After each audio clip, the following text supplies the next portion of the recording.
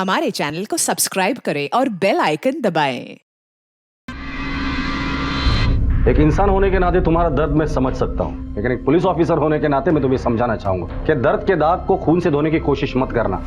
उससे दाग निकलते नहीं और गहरे हो जाते। रही बात तुम्हारे आई के कातिल की, उसे पकड़ना हमारा काम है, वो हम पर छोड़ो। बोलो राम नाम सत्य, राम नाम सत्य, राम नाम सत्य, राम नाम सत्य, राम नाम सत्य।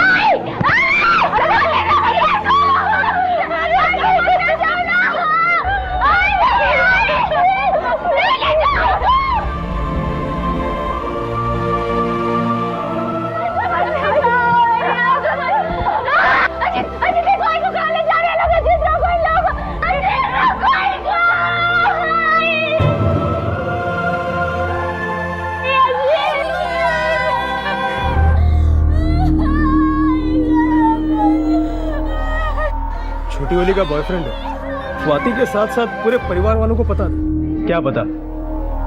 माँ भी कल निकली हो अपने पुराने किसी यार से मिलने के लिए। और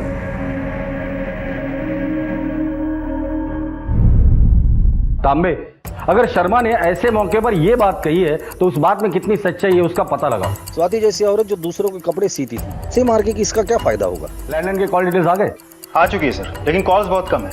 अधिकतर कॉल्स उन क्लाइंट्स के हैं जिन्होंने स्वाति को कपड़े सिलने के लिए दी, लेकिन एक कॉल डाउटफुल जो करीब शाम के 7 बजे आया था और 5 मिनट लंबा चला। लेकिन कॉल एक पीसीओ से किया गया था, इसलिए कॉल किसने किया था वो हमारे लिए ट्रैक करना थोड़ा सा मुश्किल हो। और वो ऑटो वाला, क्या ऑटो में बैठकर स्वाति गई थी वो? अकरम, उसे बाहर बिठाया हुआ है। हाँ साहब, उस औरत को मैंने ही छोड़ा था कल। वो मेरे ऑटो में आके बैठी और फिर मेरे को बोली रघुलीला मॉल चलने को। हम रघुलीला पर पहुंचने ही वाले थे कि अचानक उसने मेरे को रुकने के लिए बोला। मैंने ऑटो रोका, उसने मेरे को एक्स्ट्रा पैसे भी दिए। वो औरत मेरे स्टैंड की एरिया की थी साहब, इसीलिए मैं रुककर देखने लगा। लेकिन तभी मेरे पीछे वाले ने हॉर्न दिया तो मैंने पहले ऑटो साइड लिया। दोबारा देखा, उधर कोई नहीं था सर। वो वाइट कार में बैठ के जा चुकी थी। उस गाड़ी का नंबर देखा था? नहीं साहब, मैं तो रोड के इस बाजू था, नंबर कैसे देखता। पर हाँ साहब, वो सफ़ेद रंग की बड़ी सी गाड़ी थी, इतना मेरे को बरोबर याद है साहब। तांबे, अब तक की कहानी अगर टुकड़ों में देखा जाए तो कहानी कुछ इस तरह बनती है। स्वाति को 7 बजे एक पीसीओ से कॉल आता है। उसके बाद वो सरदर्द का बहाना बनाकर घर पर रुकती है। घर वाले बाहर निकल जाने के बाद वो सज धज कर अपने घर से 8 बजे निकलती। रास्ते में उसकी मुलाकात शर्मा से होती। थोड़ी बातचीत करने के बाद अकरम की रिक्शा में बैठकर और रघुलीला मॉल से पहले उतर जाती है। घर से रघुलीला मॉल पहुंचने के लिए उसे और आधा घंटा लगा होगा, मतलब 8:30 बजे। वहां उसे एक कार मिलती है और कार में बैठकर स्वाति गायब हो जाती। फिर घर वाले रात को 12 बजे लौट कर आते, तब घर पर उन्हें स्वाति की लाश मिली। राइट। अब सवाल ये है कि स्वाति को 7 बजे पीसीओ से कॉल किसने किया? शायद उसी आदमी का जिसके साथ उसकी गाड़ी में बैठकर वो कहीं गायब हो गई थी। आदमी? औरत भी तो हो सकती है। दूसरा सवाल, कार में बैठकर स्वाति किसके साथ गई थी और कहां गई थी और वापस कितने बजे आई थी? हो सकता है कि कार में बैठकर जाकर वापस आने के दरमियान उसके साथ ऐसा कुछ हुआ है जिसके चलते उसकी जान चली गई। किसी ने तो स्वाति को आते जाते जरूर देखा होगा। सर, स्वाति की पोस्टमार्टम रिपोर्ट आ चुकी है। उसकी मौत फांसी लगने से नहीं बल्कि गला घोटने से हुई है।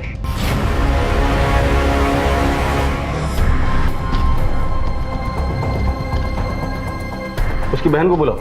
सर।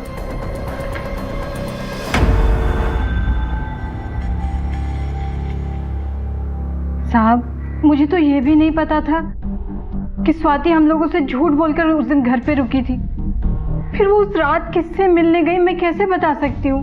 उनका किसी के साथ अफेयर था? नहीं साहब, हम पांचों के अलावा इस दुनिया में हमारा और कोई नहीं है। क्या हुआ? क्या दिखा मुझे, क्या हुआ? किसने तुझे कहा ये सब करने के लिए? हाँ, जल गया ना अभी हाथ?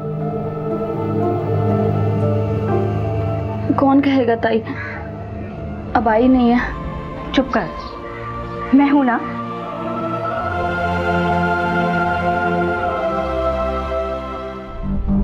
और आप दोनों के पति? मेरे पति हमारी शादी के 2 साल बाद ही गुजर गए थे और स्वाति का पति उसे छोड़कर चला गया था 10 साल पहले। उसके बाद उसका कोई पता नहीं चला साहब। तो फिर आपने इन बच्चों को पाला कैसे? स्वाति दूसरों के कपड़े सिलती थी और मैं मैं लोगों के घर में खाना बनाती थी।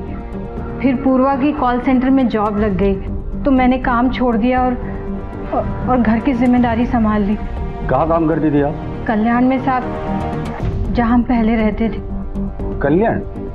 कल्याण से बोरीवली शिफ्ट होने की कोई खास वजह? एक गुंडा था, दत्ता, वो उसकी पूर्वा पे बहुत बुरी नजर थी। सुन, तुझे आई लव यू बोले हुए कितने दिन हो गए और तूने जवाब नहीं दिया मेरी बात का, इसलिए तेरी चुप्पी को ही ना तूने तेरी हाँ समझ ली। अब चल चल मेरे साथ। छोड़ दे इसे, मैं तेरे हाथ जोड़ती हूँ, छोड़ दे मेरी बच्ची को।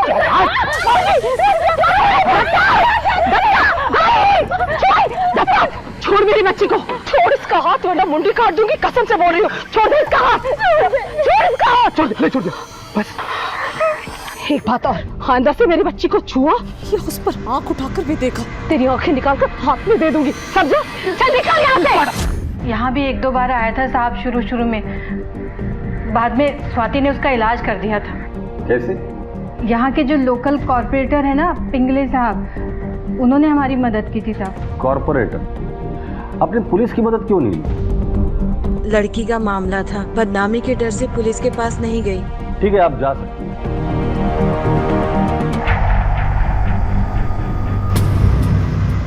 कमला यानी पूर्वा की मौसी को देखकर बूढ़ा हवलदार चौंक क्यों गया था? क्या कोई और राज खुलने वाला था?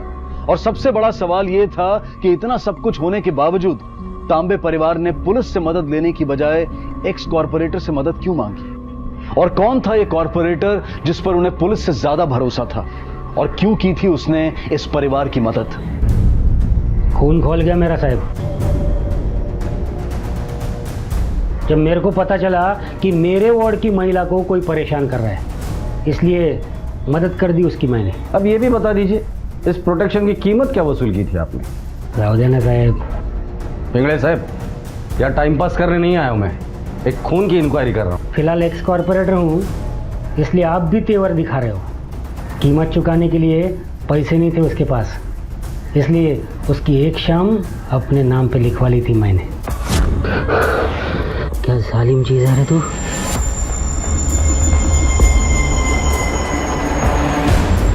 तो आप बचा लेंगे ना मेरी पूर्वा को उस राक्षस से? अभी तू मेरे शरण में आई है और तेरी बेटी भी।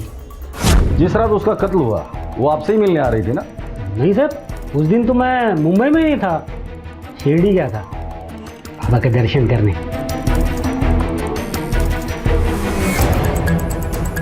एक मिनट सर, ये गाड़ी तो अकरम ने हमें जिस गाड़ी की डिटेल्स दी थी वो डिटेल्स इस गाड़ी के साथ बिल्कुल मैच करती है सर। पता करो ये पिंगले उस रात मुंबई में था या शिरडी गया था? Yes sir. सर हो सकता है इस कॉर्पोरेटर के बीच में आने से ये गुंडा दत्ता चिढ़ गया हो और इसीलिए उसने स्वाति को मार डाला हो। उठाकर लेकर आओ इस दत्ता को। Yes sir. चलो। तांबे, एक बात समझ में नहीं, जब रेशमा को पूछा कि वो पुलिस की मदद क्यों नहीं ली तो वो डर गई। का मतलब ये फैमिली कुछ तो छुपा रही है हमसे।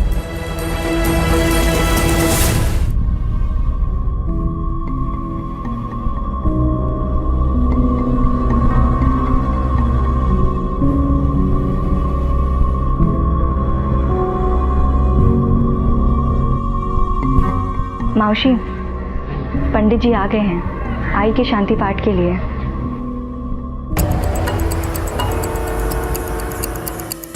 साहब एक बात बोलनी थी। बोलो। वो स्वाति की बहन है ना, वो रेशमा है। रेशमा? उसका नाम तो कमला तांबे है। नहीं साहब, वो रेशमा है। जब मैंने उसको देखा तो मुझे लगा कि मैं इसे जानता हूँ।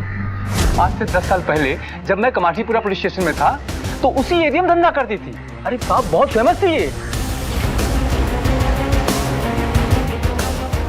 रेशमा?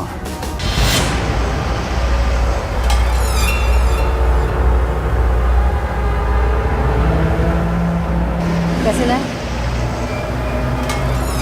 बस इतने? अंतिम संस्कार और पूजा पाठ के लिए इतना काफी नहीं है। जब अपने पाप धोने हो ना तो मुआवजे पे ध्यान नहीं देते।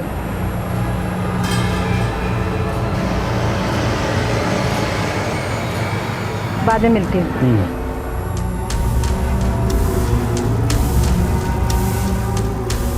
भाऊ, गए महीने का 7,000 हुआ ना, ये लो गिन। कैसी हो रेशमा?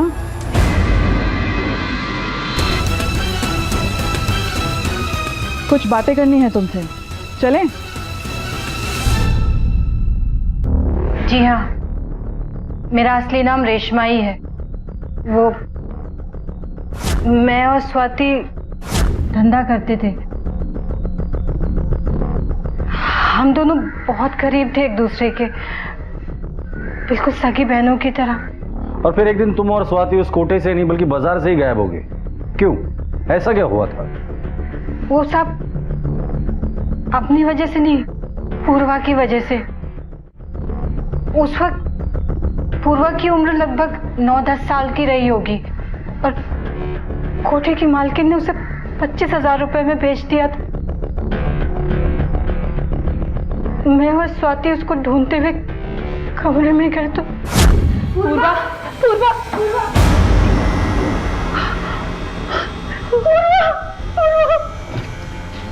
पूर्वा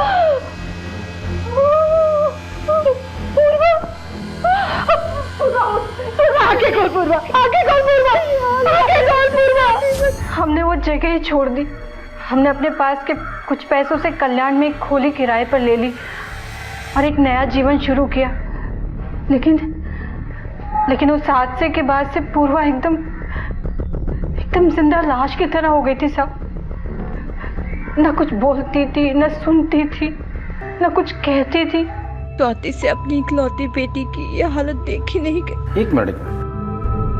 पूर्वा स्वाति की इकलौती बेटी थी, तुम्हारा कोई बच्चा है नहीं। फिर ये मंदार और अनन्या, ये किसके बच्चे हैं? वो हमारे बच्चे नहीं है साहब। पूर्वा के कहने पर हम उन्हें अपने घर ले आए थे। उस हादसे के बाद पूर्वा ना तो किसी से बात करती थी, उसने अपना बचपन खो दिया था। लेकिन मंदार और अनन्या को देखकर वो पहली बार बोली। इसीलिए हम उन दोनों को अपने घर ले आए थे और फिर हम 3 से 5 हो गए साहब। ठीक है, जा सकती हो तुम।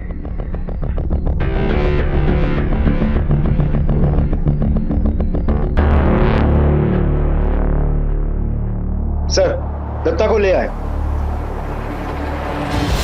हाँ साहब, मैंने उसको उठाने की कोशिश की थी। मैं उसके पीछे बोरीवली तक गया था, लेकिन उसका वो कॉर्पोरेटर का हाथ था ना उसके ऊपर। जिस रात कत्ल हुआ उस रात तू कहाँ था? कल्याण के वर्षा बार में साहब। मैं उधर नौकरी करता ना, 3 बजे तक मैं उधर ही था साहब।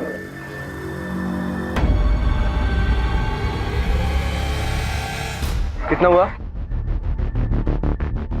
सब वो मेरी मौसी आई थी, कमला नाम है उनका सब। कमला नहीं, रेशमा नाम है उसका।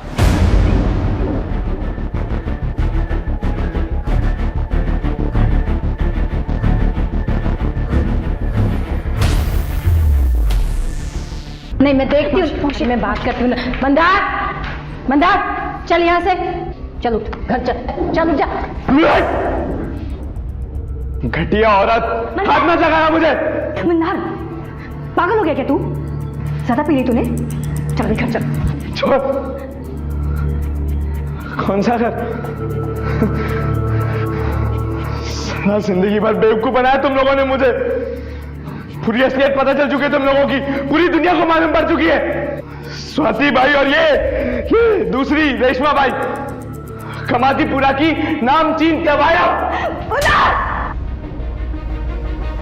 हिम्मत कैसे हुई तेरी ये लफ्ज़ जुबान पे लाने की? हाँ, इनके बारे में सच्चाई पता लगी तो ये बोल रहा है। खुद के बारे में भूल गया तू?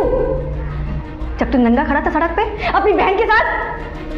अरे मैं और मेरी बहन उधर ही सड़क पे मर जाते तो अच्छा रहता, लेकिन तुम लोगों ने जो बदनामी के टीके लगाए ना इधर माथे पर, उसको मैं मिटा के रहूंगा, चाहे उसके लिए मुझे तुम लोगों को क्यों ना मिटाना पड़े। चल निकल यहाँ से। मंदार,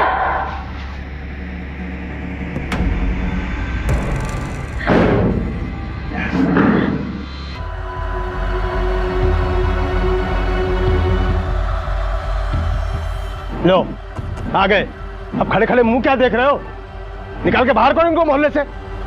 इतने सालों से बेवकूफ बना के रखा है मोहल्ले वालों को। अरे शरीफों के मोहल्ले में वैश्यों का टोला चला रखा है इन लोगों ने। शर्मा जी, सुनी सुनाई बातों पे ना यहाँ पे तमाशा मत करिए मोहल्ले में।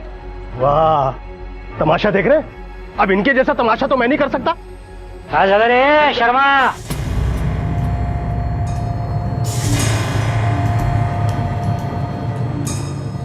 अरे साहब, क्या प्रॉब्लम है? भाई को बोमा में लगा के रखा है इधर। ये सोसाइटी का सेक्रेटरी है ना तू? हाँ। कानून कायदा है कि नहीं?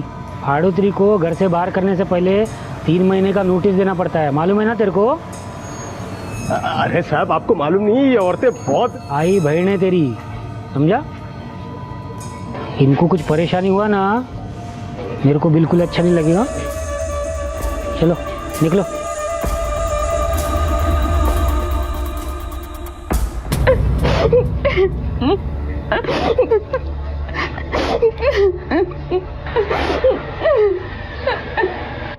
क्यों रो रही है?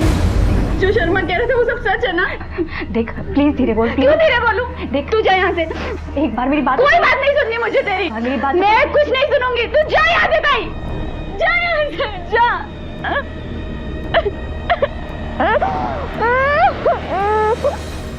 स्वाति की मौत के बाद उसके और मौसी के अतीत में देह व्यापार से जुड़े होने के सच ने हंसते खेलते तांबे परिवार को झकझोर कर रख दिया। मंदार और अनन्या ने स्वाति और मौसी के किए गए एहसान को धोखा समझने की गलती की। पूर्वा ने मौसी के साथ मिलकर सभी को एकजुट रखने की पूरी कोशिश की, लेकिन उसकी हर कोशिश नाकाम रही।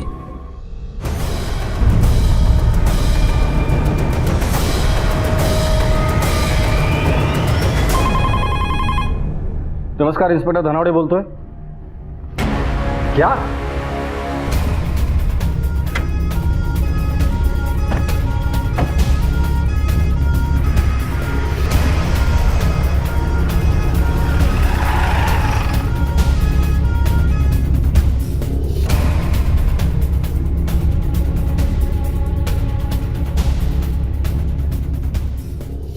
सर, देख के लगता तो नहीं किसने सुसाइड किया है।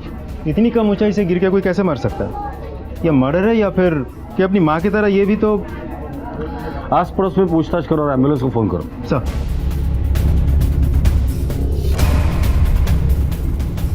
सर, घर में कोई भी नहीं है और दरवाजा भी खुला पड़ा है, और ये पूरा का फोन मिला है जिससे लास्ट कॉल अनन्या को गया था करीब 12 बजे। कॉल लगा उसे। Yes sir.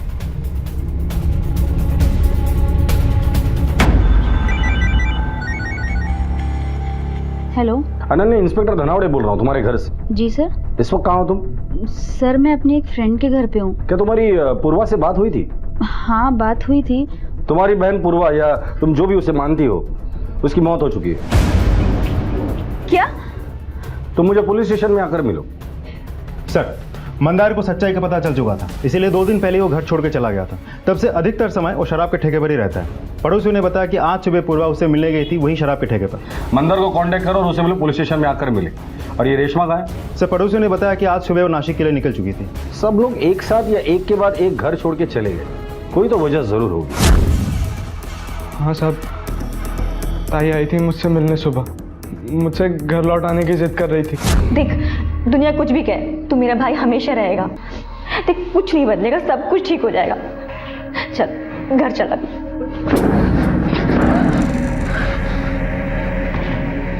ना तेरा मेरा कोई रिश्ता था, ना है, ना रहेगा। निकल यहां से।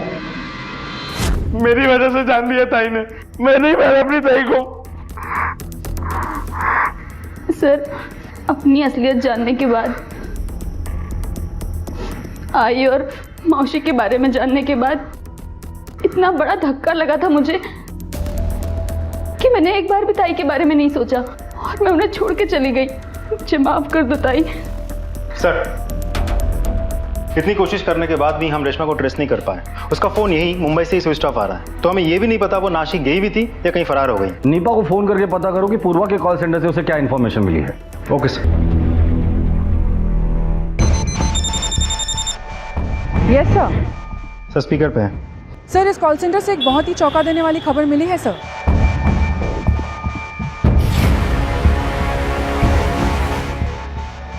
Okay, thanks.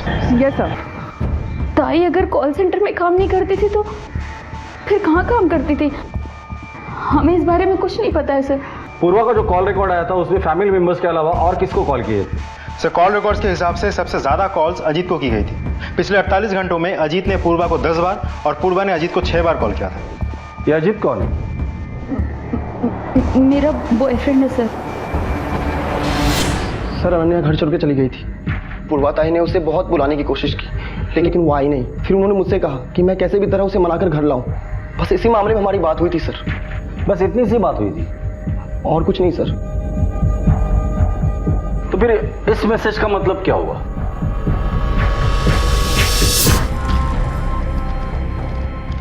चुपचाप मान जा वरना तुम्हारा सच सबको बता दूंगा। सर मैसेज तो बस ऐसे ही सर। ऐसे ही? हाँ, सच तेरे पेट से निकलकर जुबान तक तो आ गया है, वरना तेरी जुबान कांपती नहीं। अब चुपचाप उगल दे। अगर हम लोगों ने उगाला ना तो तेरे अंदर का सिस्टम पूरा बाहर निकालेगा। सर वो मुझे मालूम चल गया था कि पूर्वा क्या काम करती है।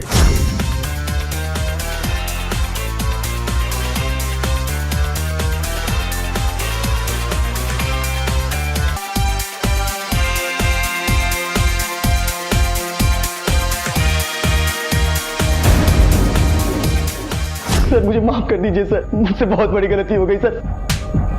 घिन आ रही है मुझे तुमसे। पूर्वी यही काम करती थी। हाँ साहब, बहुत अच्छी लड़की थी साहब। आपको किसी पर शक? हाँ साहब, शेट्टी नाम है उसका, बहुत बड़ा बिल्डर है। ये खाली जलवा ही दिखाएगी या शक्ल भी दिखाएगी? ये हमारे बार का हीरा है सेठ। जो जौहरी इसकी सही कीमत लगाएगा वही चेहरा देख पाएगा। तो समझ लो कि आज तुम्हारा इंतजार खत्म हुआ।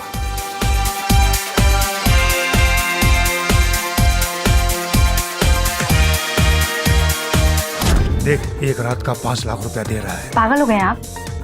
मैं यहाँ नाचने आती हूँ, जिस्म बेचने नहीं। कोई बात नहीं, मानेगी। हमेशा आता रहता है साहब, परसों भी आया था।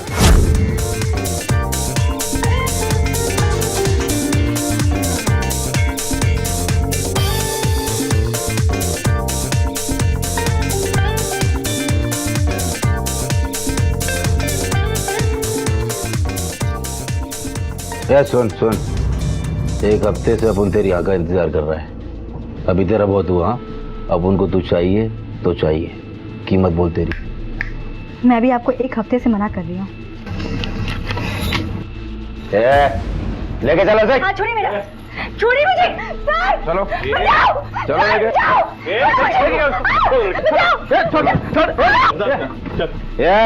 हाथ नहीं लगाने का है। पैसा देता है अपन, पॉकेट में नहीं आता है। और आज तू याद रखना, तुझको छोड़ेगा नहीं अपन। कहाँ मिलेगा ये शेट्टी? साहब छोड़ो साहब, प्लीज साहब, गलती हो गई साहब, छोड़ो साहब, मेरा गलती हुआ साहब। मैं साहब, मेरा उससे बहस इसलिए हुआ साहब। सच सच बता, पूर्वा को सिर्फ मारा था या रेप करके मारा था? कसम खाता है साहब। मैं इतना नशे में था साहब, बाहर निकलने के बाद सीधा अपनी गाड़ी में सो गया साहब। मेरे छोकरे लोग ने साहब मुझे घर छोड़ा। सर, रेशमा का मोबाइल जिस लास्ट लोकेशन पर स्विच ऑफ हुआ था, वहाँ एक सीसीटीवी कैमरा लगा हुआ था। सीसीटीवी कैमरा से हमें उस गाड़ी के बारे में पता चला जिस गाड़ी में बैठ के स्वाति गई थी। आरटीओ से हमने गाड़ी की डिटेल्स भी निकाल ली है। किसके नंबर है गाड़ी? सर, गाड़ी किसी संजीव शाह नाम के एक बिजनेसमैन की है, जो एक बहुत ही रेप्यूटेड फैमिली से बिलोंग करता है, जिसे मुंबई के कॉर्पोरेट वर्ल्ड में एक बहुत ही शरीफ आदमी माना जाता है। ऐसे शरीफ आदमी से तो हमें भी मिलना चाहिए था। जब स्वाति का कत्ल हुआ तो मुझे पता था कि आप लोग एक न एक दिन मुझे बुला लेंगे। मतलब आप इस बात को मानते हैं कि आप स्वाति को जानते हैं? जी हाँ सर। सर, कॉलेज के दिनों में मेरे दोस्त कामाटीपुरा जाया करते थे। मैं भी उनके साथ होता था। मेरी और स्वाति की पहली मुलाकात वहीं हुई थी। सर, मुझे उससे प्यार हो गया। मैं उससे शादी करना चाहता था, लेकिन उसने मना कर दिया, क्योंकि वो ये नहीं चाहती थी कि उसकी वजह से मेरी फैमिली अपने बेटे को और मैं अपनी फैमिली को खो बैठूं। उसने मुझे कसम दे दी सर कि मैं उस दिन के बाद उससे कभी नहीं मिलूं, और उसकी बात मानकर मैं उस दिन के बाद वहां पर कभी नहीं गया। फिर स्वाति से दोबारा कब मिले? सर, उससे नहीं, मैं रेशमा से मिला था। रेशमा से? जी हाँ सर। रेशमा स्वाति की बहुत करीबी थी, इसलिए हमारे बारे में जानती थी। अभी कुछ 5-6 साल पहले ही उसका अचानक से फोन आया और उसने कहा कि जिस वक्त मैं और स्वाति अलग हुए थे, स्वाति प्रेग्नेंट थी। मतलब पूर्वा तुम्हारी बेटी? जी हाँ सर। रेशमा चाहती थी कि मैं पैसों से स्वाति और पूर्वा की मदद करूं, जो कि मैंने की। हर महीने वो मुझसे पैसे लेती रही और मैं देता गया। कैसे लाए? सर, रेशमा की डिमांड्स बढ़ती जा रही थी सर। मुझे उस पर शक हो गया कि कहीं जो पैसे मैं दे रहा हूं वो स्वाति को देने के बजाय खुद पर तो इस्तेमाल नहीं कर रही थी। सर, मुझसे रहा नहीं गया और एक दिन मैंने अचानक स्वाति को फोन किया। कौन? दूसरा स्वाति आपसे मिलने आई? जी हाँ, मैं मिलने गया था उससे।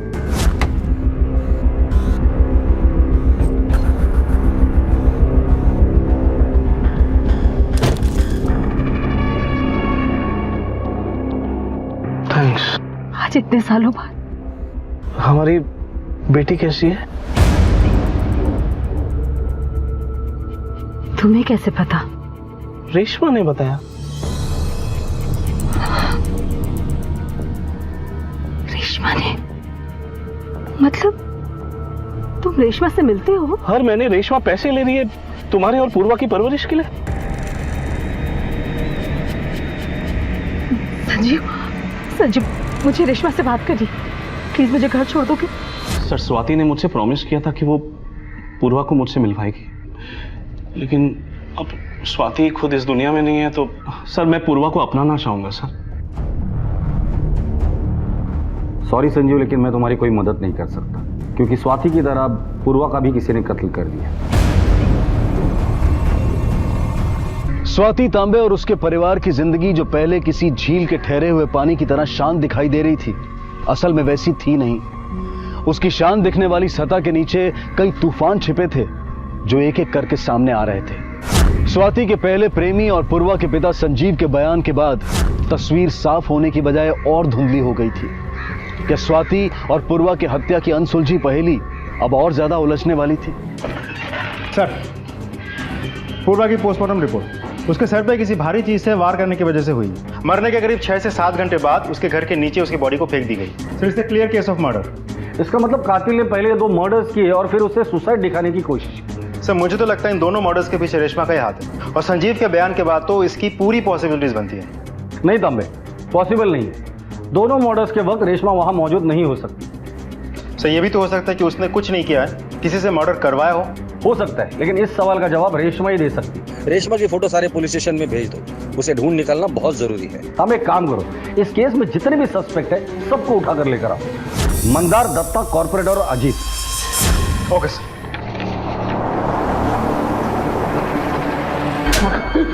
साहब, तो बता दो, फिर मेरे को क्यों मार रहे हो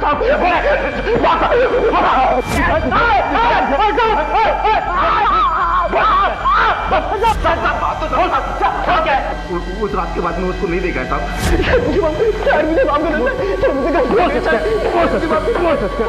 मुझे माफ कर देते।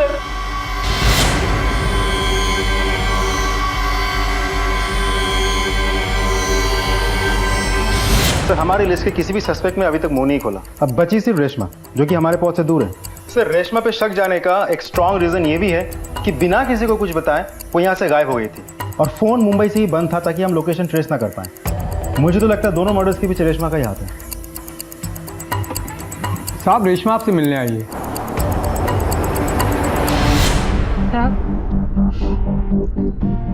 स्वाति की 13वीं के लिए नासिक चली गई थी। स्वाति के मरने के बाद मंदार और अनन्या के रवैये से मैं बहुत दुखी हो गई थी साहब, इसलिए मैं अकेली चली गई थी। फोन भी बंद कर दिया था ताकि ये 2 दिन शांति से रह सके। वैसे आपकी जानकारी के लिए संजीव शाह से हमारी मुलाकात हो गई है। मालूम है साहब, पूर्वा के मरने की खबर मिलने के बाद पहला फोन उसी को किया था। बताया उसने सब कुछ। उसको कुछ गलतफहमी हो गई थी साहब। उनसे लिए हुए एक भी पैसा मैंने खुद के लिए नहीं खर्च किया साहब। ये देखिए, अब ये देखिए, बैंक की पासबुक और ये बॉन्ड है। आप देख सकते हैं सारे पैसे मैंने इसमें जमा किए।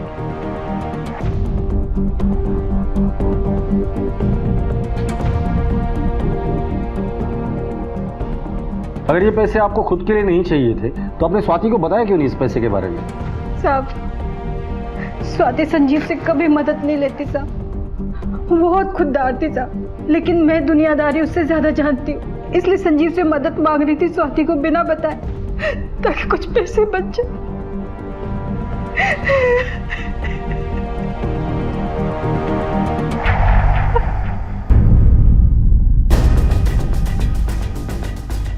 क्या सोच रहे हैं सर? हमें कुछ तो है जो हम लोग मिस कर रहे हैं। यस तांबे, ये रहा रेशमा का घर और ये रहा उसके पड़ोसी का घर, उसके घर के सामने।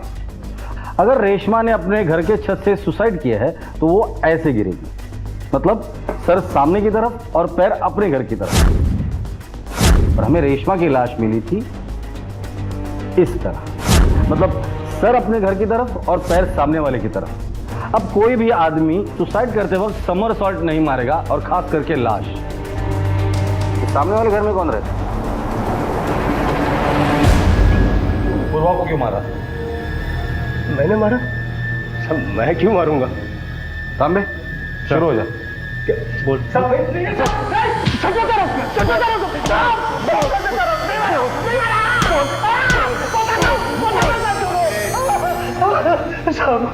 उसको पता चल गया था कि स्वाति को मैंने ही मारा, इसके लिए उसको मारना पड़ा साहब। स्वाति को तुमने मारा था? स्वाति पर पहले से मेरी नजर थी साहब, लेकिन वो हाथ रखने नहीं देती थी कभी भी। फिर एक दिन जब वो बाहर निकली तब उसने मुझे बताया। शादी वादी में जा रही है क्या? अरे नहीं, वो आज पूर्वा का जन्मदिन है तो बच्चों ने बाहर खाने का प्रोग्राम बनाया है। लेकिन मैंने पूर्वा और बाकी लोगों को बातें करते सुना था दरवाजे पर। नहीं पूर्वा, तुम लोग होकर आओ, मेरे सर में दर्द है, मैं सोऊंगी थोड़ी देर। लेकिन जब उनके जाने के बाद स्वाति घर से निकली, वो भी एकदम सच धज कर। जाइए ना।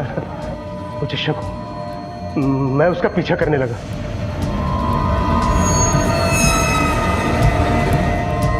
अपने घर लौटकर उसके लौटने का इंतजार करता रहा।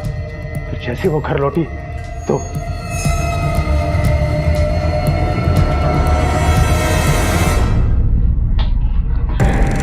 शर्मा जी, आप घर के अंदर कैसे आए?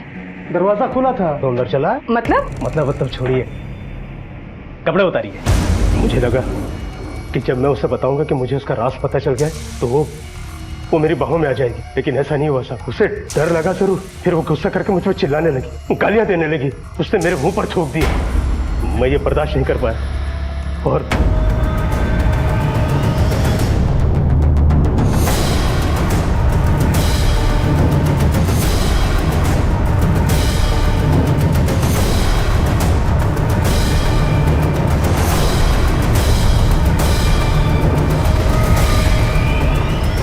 पूर्वा को मैं मारना नहीं चाहता था, लेकिन उस दिन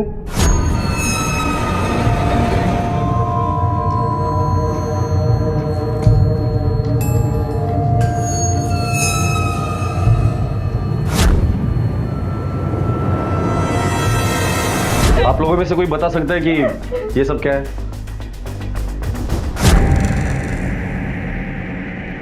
तुम यहाँ क्या कर रही? तूने मारा मेरी आई को? तूने मारा ना मेरी आई को? मैंने शर्ट का पॉकेट तेरा ही था ना? पूर्वा मेरी बात, पूर्वा मेरी बात सुन। पूर्वा वो मर चुकी थी साहब, उसकी लाश मेरे घर में पड़ी थी। अगर उसे ठिकाने लगाने का था तो लोगों को पता चल जाता, इसलिए मैंने रात होने का इंतजार किया। और फिर रात को जब जुबान खामोश हो जाती है तो लहू पुकारता है, और तेरे आस्तीन पर तो 2 मासूमों का खून लगा हुआ था। तेरा बचना तो मुश्किल था शर्मा, इम्पॉसिबल।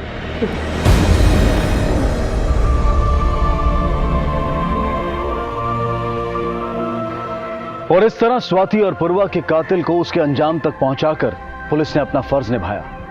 लेकिन सवाल ये उठता है कि क्या स्वाति और पूर्वा के साथ हुए हादसों को रोका जा सकता था? और जवाब है हां। जुर्म की फितरत है कि वो अपने आने की आहट जरूर देता है। स्वाति के मामले में भले ही वो आहट इतनी धीमी थी कि वो उसे सुन नहीं पाई, लेकिन पूर्वा के मामले में ऐसा नहीं था। लेकिन पूर्वा के सामने मुजरिम भी था, उसका किया जुर्म भी था और जुर्म का सबूत भी था। अगर वो चाहती तो पुलिस की मदद लेकर अपनी मां के कातिल को सजा दिलवा सकती थी और इस कहानी के और दुखद होने से पहले इसका अंत कर सकती थी। यह बेहद जरूरी है कि जब भी हम कभी जुर्म की आहट सुने तो खुद उसका मुकाबला करने की ना सोचें, बल्कि पुलिस की मदद लें, ताकि इस तरह की घटना फिर कभी दोबारा ना हो। इसी विचार के साथ अब मैं अनूप सोनी आपसे विदा लेता हूं। फिर मुलाकात होगी अगले एपिसोड में एक और चौंका देने वाले केस के साथ। तब तक अपना और अपने परिवार का ख्याल रखें और देखते रहें क्राइम पेट्रोल डायल 100। सबक एक को सीख हम सबको। जय Hind. For more updates, subscribe to our channel, click the show links and enjoy watching the videos.